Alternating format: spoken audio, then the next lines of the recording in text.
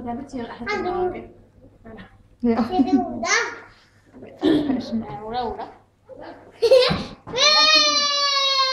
Oi, nå ble jeg. Ikke rope så høyt opp. Oi, nå er jeg kanskje mer sint. Skal du se, nå må jeg ta han opp litt.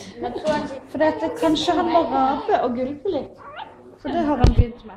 Skal ta bort håret ditt. Og det pleide du også å gjøre, Vinja.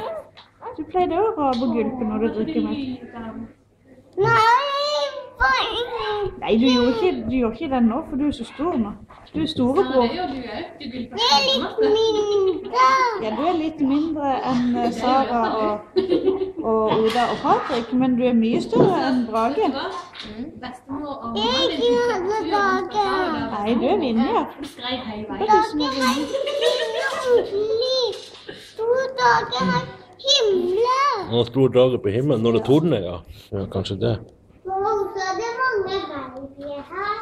For det er her alle mammene kommer når babyen vil ut. Mamma, se. Se på det bildet der borte. Det er 2 jentebabyer der borte. Ja, Og da kan man se det på den sofaen. ja.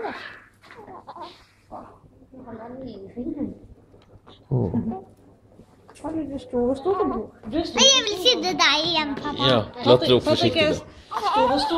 Storebror. Tenk at alle sammen vil være Store.